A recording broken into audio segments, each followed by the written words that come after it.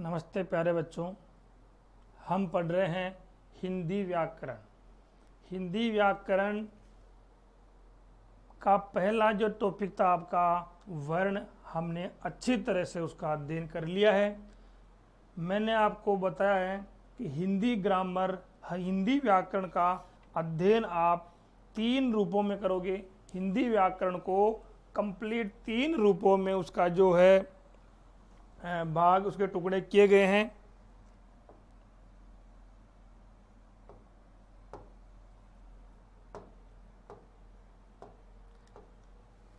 सबसे पहले वर्ण, उसके बाद में शब्द और उसके बाद में वाक्य। हिंदी ग्रामर, हिंदी व्याकरण इन 3 रूपों में पढ़ेंगे।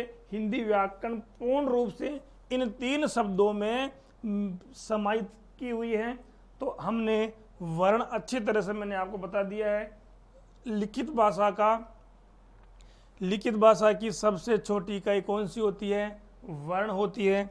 यहाँ पर अगर कोई क्वेश्चन आपको पूछा जाए कि लिखित भाषा की सबसे छोटी इकाई कौन सी होती है, तो आप यहाँ पे आराम से लिख सकते हो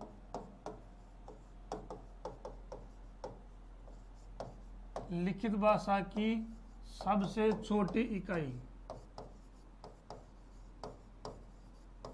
कौन सी होती है बच्चों? वर्ण। लिखित भाषा की सबसे छोटी इकाई वर्ण होती है। उसके बाद में 2 या 2 से अधिक वर्ण मिलकर क्या बनाते हैं? एक शब्द का निर्माण करते हैं। सबसे छोटी इकाई वर्ण, वर्णों से बनता है शब्द, और शब्द से बनता है बच्चों वाक्य बनता है। 2 या 2 से अधिक वर्ण मिलकर क्या बनाते हैं? शब्द बनाते हैं। 2 वर्ण आपस में मिलकर क्या बनाएंगे? शब्द का निर्माण करेंगे। लेकिन 2 या 2 से अधिक मिलने पर ऐसा शब्द जिसका कोई ना कोई अर्थ होना चाहिए, सार्थक, मतलब उसका अर्थ निकलना चाहिए, उससे हम बोलते हैं शब्द। और शब्दों के बाद में शब्द 2 या 2 से अधिक शब्द मिलकर क्या बनते हैं? वाक्य बनते हैं बच्चों। तो ये तीनों चीजें आपकी पूरी ग्रामर आपको इसमें कंप्लीट हो जाएगी। अब मैं आपको आज का जो अपना मेन टॉपिक है, आज का अपना जो मुख्य जो बिंदु है वो है शब्द विचार। और इन शब्द विचारों में हम पढ़ेंगे केवल शब्दों के भेद। देखिए बच्चों,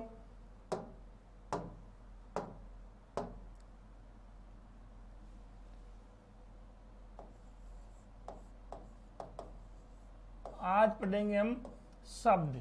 शब्द किसे कहते हैं? शब्द की परिभाषा क्या होगी? शब्द का अर्थ क्या होगा? तो मैंने अभी आपको बताया 2 या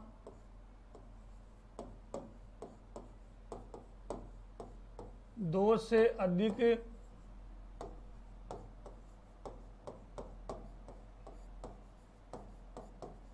वर्णों के योग को शब्द कहते हैं। 2 या 2 से अधिक वर्णों के योग को, वर्णों के योग को। और लिखित भाषा की सबसे छोटी इकाई होती है वर्ण। तो वर्णों के योग को हम कहते हैं शब्द। जैसे र वर्ण है, आ, मैं प्लस ए, इन्हें बोलते हैं वर्ण संयोजन। वर्ण संयोजन। वर्ण किस शब्द किन से बनता है? शब्द वर्णों से बनता है। आधा र, फिर आ, फिर आधा मैं, और फिर ए, तब जाके आपका एक शब्द बना है राम, जिसका कोई ना कोई अर्थ निकलना चाहिए। तो वर्णों के योग से क्या बना रहा है बच्चों? वर्णों के योग से आपके सामने शब्द बन रहा है। अब यहां पर राम क्या है? शब्द है। ये वर्ण है, इसे वर्ण बोलेंगे, इसे वर्ण बोलेंगे, और इसे वर्ण बोलेंगे, और इसे बोलेंगे बच्चों क्या, इसे बोलेंगे हम शब्द बोलेंगे। जहां पर दो से अधिक वर्ण आ गए वहां पर एक शब्द का निर्माण हो जाएगा। अब इसके बाद में एक क्वेश्चन पूछा गया था एग्जाम में,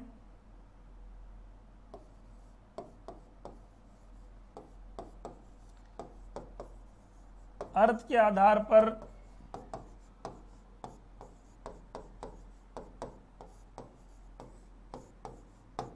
भाषा की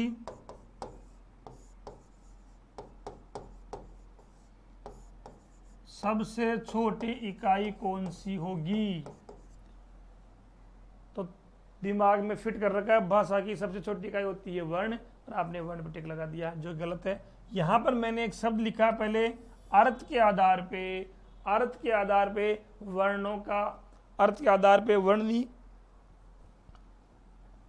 अर्थ के आधार पे सबसे छोटी इकाई जो होती है वो होती है शब्द। इसका सही उत्तर क्या होगा, शब्द। शब्द एक ऐसा जो है बिंदु है जो अर्थ के आधार पे इसका सबसे छोटा भाग कहलाता है। इसके बाद में इन शब्दों को शुद्ध रूप से शब्दों को क्रमबद्ध तरीके से अध्ययन करना, शब्दों के भेद, शब्दों के बारे में संपूर्ण जानकारी प्राप्त करने को हम बोलते हैं शब्द रचना। शब्द की उत्पत्ति कहाँ से हुई, शब्द कहाँ से मिलकर बनता है, शब्दों के क्या क्या अर्थ हैं, शब्द कितने प्रकार के होते हैं, कौन कौन से प्रकार है, इन सब का अध्ययन किसमें किया जाएगा, शब्द रचना में इसका अध्ययन किया जाएगा। शब्दों की रचना जो आज हमें पढ़ रहे हैं। इसके बाद में मैं आपको बताऊं बच्चों,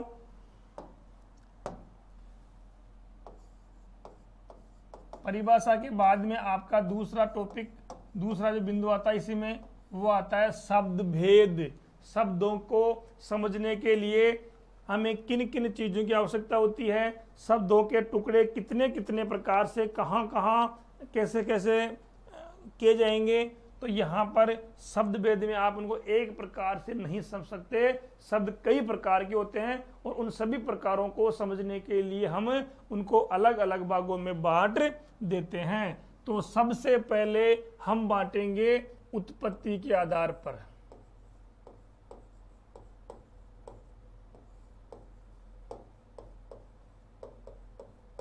आपका पहला शब्द भेद होगा उत्पत्ति के आधार पर।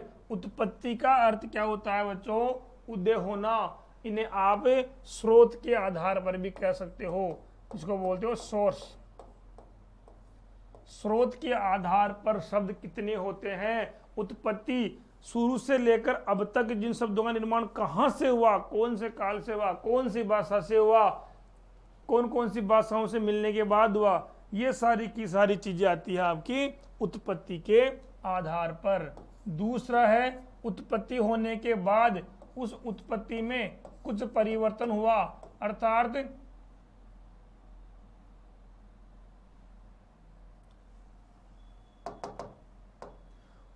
उत्पत्ति के बाद में उन शब्दों में कुछ परिवर्तन हुआ, उसे बोलते हैं व्युत्पत्ति।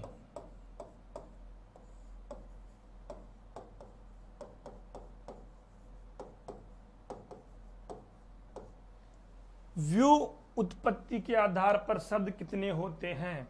व्यू उत्पत्ति किसे कहते हैं, उत्पत्ति के बाद में उन शब्दों का वर्गीकरण कितने प्रकार से किया गया है, वो होता है व्यू उत्पत्ति के आधार पर।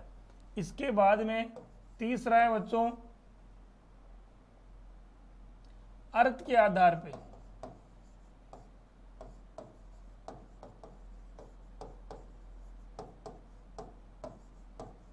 अर्थ के आधार पे। और इसका चौथा जो रूप है वो है प्रयोग के आधार पे।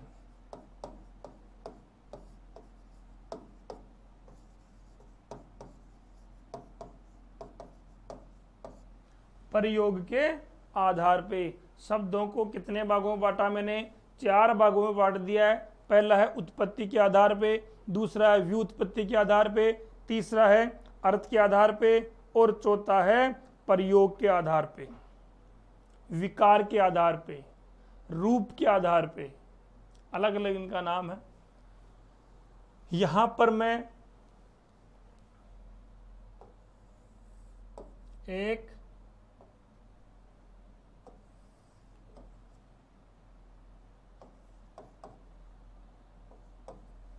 चार अर्थ यहां पर हो गए। तो सबसे पहले हैं उत्पत्ति के आधार पे कौन कौन से हैं।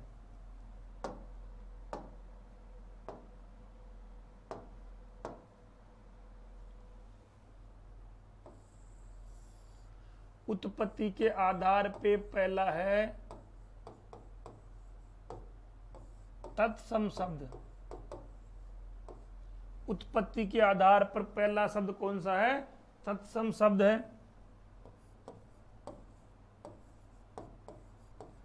दूसरा रूप है इसका तद्भव शब्द। तीसरा है देशज शब्द। चौथा है विदेशी या विदेशज शब्द।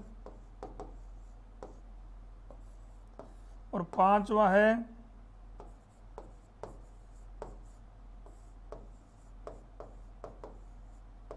संकर शब्द। चार प्रकार से इनके टुकड़े हमने किए हैं। तत्सम शब्द, तद्भव शब्द, देशज शब्द और विदेशी शब्द। चार प्रकार से इनके भागों को अब गहन तरीके से इनका अध्ययन हम करेंगे। इसके बाद में है बच्चों व्यू उत्पत्ति के आधार पे। तत्सम शब्द आपने पढ़े होंगे जो संस्कृत भाषा से लिए गए हैं। तद्भव जो का परिवर्तन होकर आया है। देशज शब्द जो अपनी स्थानीय भाषा के हिसाब से उन्होंने ग्रहण कर लिए। फिर है विदेशी शब्द जो विदेशी भाषा से आए हैं। संकर शब्द जो दो भाषाओं से मिलकर बने हैं। इनका अलग अलग जो डिवाइडेशन है हम उनको अगले वीडियो में अगली क्लास में आराम से उनको समझेंगे। इसके बाद में है आपका व्यू उत्पत्ति के आधार पे। व्यू उत्पत्ति के आधार पे सबसे पहला होता है बच्चों रूढ़ शब्द।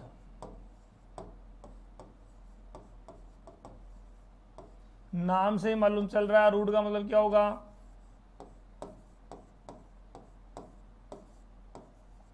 दूसरा है यौगिक शब्द और तीसरा है बच्चों योग रूढ़ शब्द।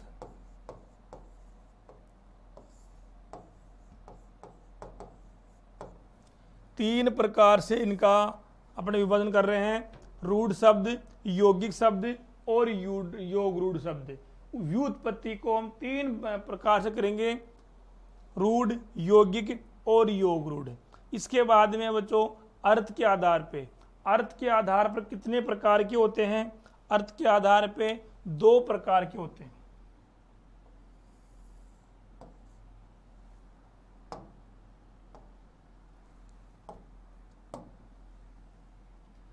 अर्थ के आधार पे दो प्रकार के बताए गए हैं। एक होता है बच्चों सार्थक शब्द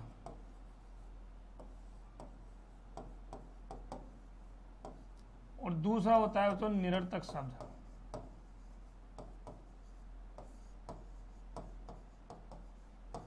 निरर्थक शब्द। सार्थक शब्द किसे कहते हैं? स प्लस अर्थक संधि जो मैंने आपको पढ़ा दी है। स प्लस अर्थक, सा प्लस अर्थक नहीं होगा। स प्लस अर्थक जिनका अर्थ साथ में हो। स का मतलब होता है साथ में। ऐसे शब्द जिनका कोई ना कोई अर्थ निकलता हो उन्हें बोलते हैं सार्थक शब्द। और सार्थक शब्द कितने प्रकार के होते हैं बच्चों? सार्थक शब्दों में पहला आता है एकार्थक शब्द।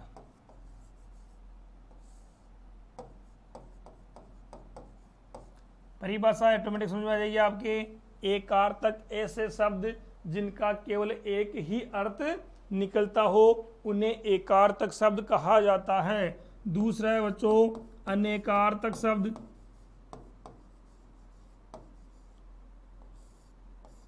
परिभाषा ऐसे शब्द जिनका एक से अधिक अर्थ निकलते हो वो होते हैं अनेकार्थक शब्द।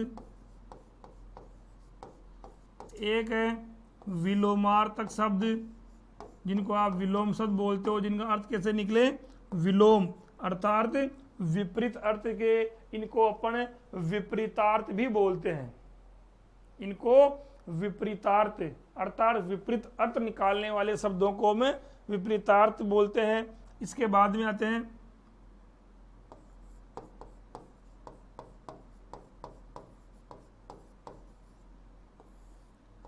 समानार्थक शब्द। ऐसे शब्द जिनका अर्थ क्या निकल रहा हो समानार्थ, मतलब समान निकल रहे हो। ऐसे शब्द जिन सभी के सभी शब्दों का अर्थ समान हो, इनको आप पर्यायवाची शब्द भी कहते हो। इसके बाद में होते हैं श्रुतिसम।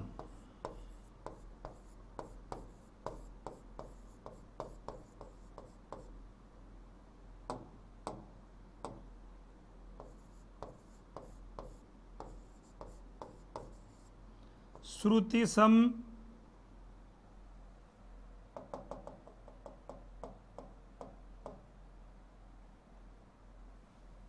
देखो ये थोड़ा गलत हो गया।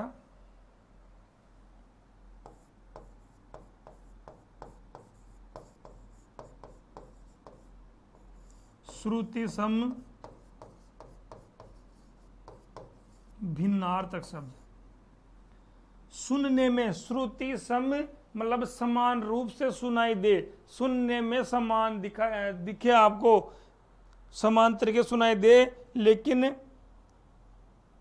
भिन्न अर्थक, भिन्न प्लस अर्थक, उनका अर्थ क्या होगा भिन्न भिन्न होगा। ऐसे शब्द जो आपको सुनने और दिखने में तो समान दिखाई दे, लेकिन उनका अर्थ आपको अलग अलग निकलेगा, इसलिए इन्हें बोलते हैं श्रुतिसम भिन्नार्थक। इसके बाद आप इनमें युग्म शब्द भी जोड़ सकते हो, और एक होता है इसमें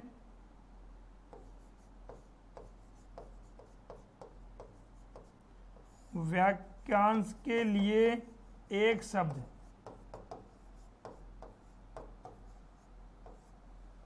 जिनका उत्तर एक शब्द में आएगा। वाक्यांश पूरे वाक्य का उत्तर एक शब्द में आएगा, जिनको अंग्रेजी में आप वन वर्ड बोलते हो। युग्म शब्द ऐसे शब्द, दो शब्द तीन शब्द ऐसे हैं जो आपको समान दिखेंगे, लेकिन उनका अर्थ क्या होगा अलग अलग स्थान पे अलग अलग होगा, वो होते हैं युग्म शब्द। ये आपके अर्थ के आधार पे हो गया सार्थक, सार्थक में एकार्थक हो गया, निरर्थक हो गया, सॉरी अनेकार्थक हो गया, विलोमार्थक हो गया, समानार्थक हो गया, श्रुतिसम भिन्नार्थक हो गया, युग्म शब्द हो गया, और वाक्यांश के लिए एक शब्द हो गया। इसके बाद में है निरर्थक शब्द।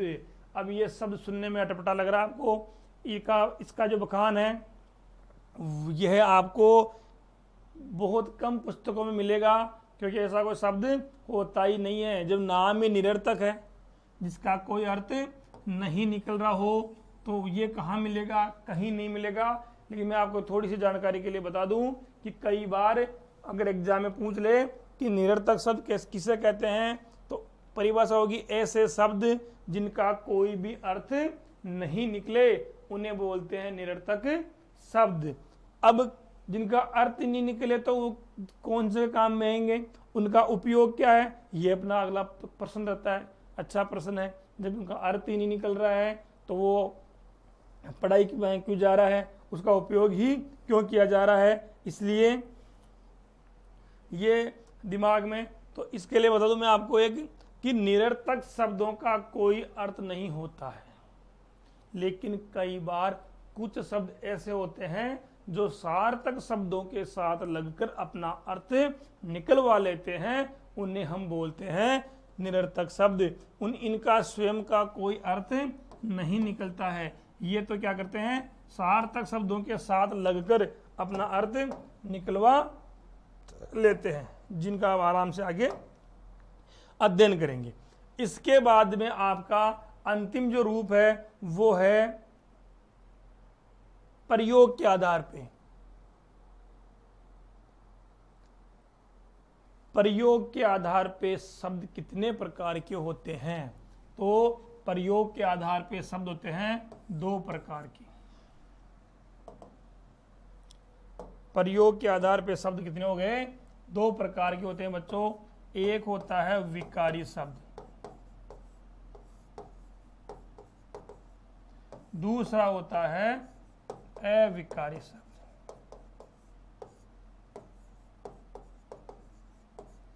प्रयोग के आधार पे 2 प्रकार के होते हैं, विकारी शब्द और अविकारी शब्द, अर्थात ऐसे शब्द जिनमें विकार उत्पन्न हो, ऐसे शब्द जिनमें काल, क्रम, लिंग और वचन, दोबारा बोल रहा हूं मैं, काल मतलब समय, कारक, लिंग और वचन, इनके आधार पे कोई परिवर्तन जो सॉरी विकार उत्पन्न होते हैं।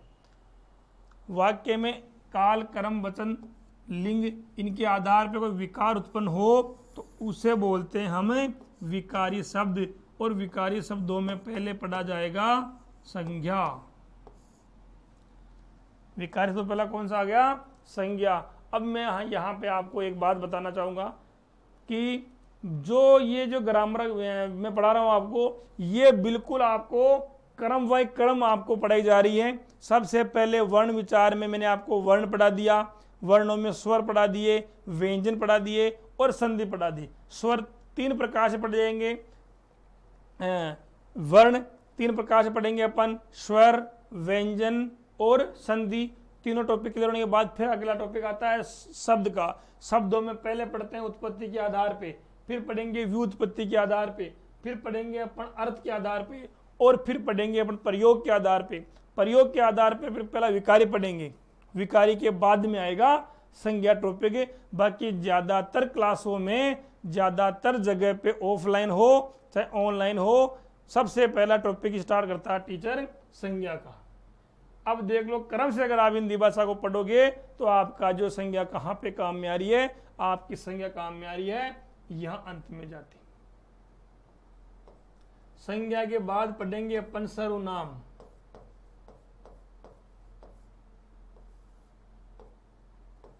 सर्वनाम के बाद पढ़ेंगे अपन क्रिया। क्रिया के बाद पढ़ेंगे अपन विशेषण।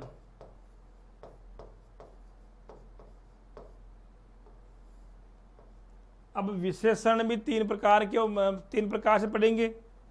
विशेषण जो संज्ञा सर्वनाम की विशेषता बताते हैं विशेषण, इन्हीं में आएगा क्रिया विशेषण, जो क्रिया की विशेषता बताएंगे वो क्रिया विशेषण, और पर विशेषण जो विशेषण की विशेषता बताएंगे उन्हें बोलेंगे पर विशेषण। तो ये 4 टॉपिक अपन पढ़ेंगे अपन, संज्ञा, सर्वनाम, क्रिया और विशेषण। इसके बाद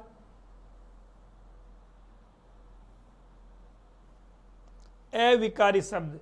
अविकारी शब्द ऐसे शब्द जिनको लिंग, वचन, काल, कारक के आधार पर इनमें कोई परिवर्तन नहीं होता है, वाक्य में किसी प्रकार का परिवर्तन नहीं होता है, ये अपनी जगह स्थिर रहते हैं। वचन कोई सा भी हो, लिंग कोई सा भी हो, काल कोई सा भी हो और कारक कोई सा भी हो, ये शब्द हर जगह समान रूप से काम में आते हैं। इनमें आता है क्रिया विशेषण।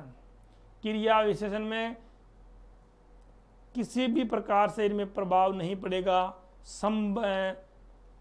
एक आता है संबंध बोधन चिन्ह। संबंध बोधन चिन्ह आप संबोधन करने के लिए काम में लेते हो। जैसे मैं लिख देता हूं यहां पर, पहला होता है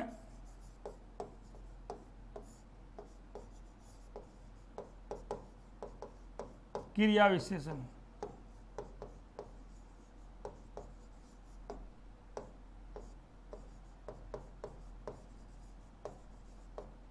संबंध बोधक चिन्ह। क्रिया विशेषण के बाद में कह रहे हैं संबंध बोधक। एक होता है समुच्चय बोधक,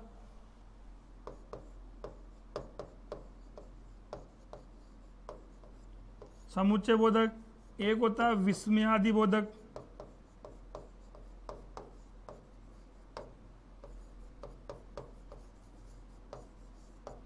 ये शब्द आते हैं आपके अविकारी शब्दों में। इनमें किसी प्रकार का कोई परिवर्तन नहीं होता है। ये आपके हो रहे हैं शब्द।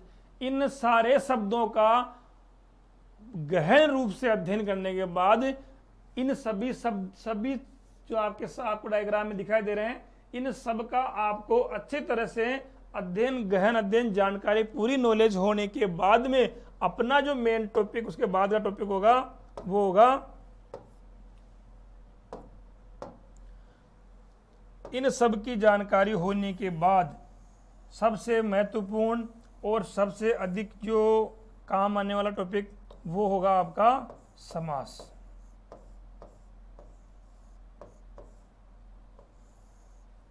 इनके समास के लिए आपको इन चीजों का अर्थ आना जरूरी है, इनकी जानकारी जरूरी है।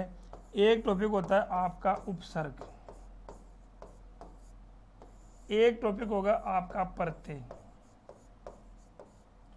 और ये तीनों के तीनों जो बिंदु है, इनके लिए आपको शब्दों का भेद जरूरी है, शब्दों की संपूर्ण जानकारी आपको जरूरी है।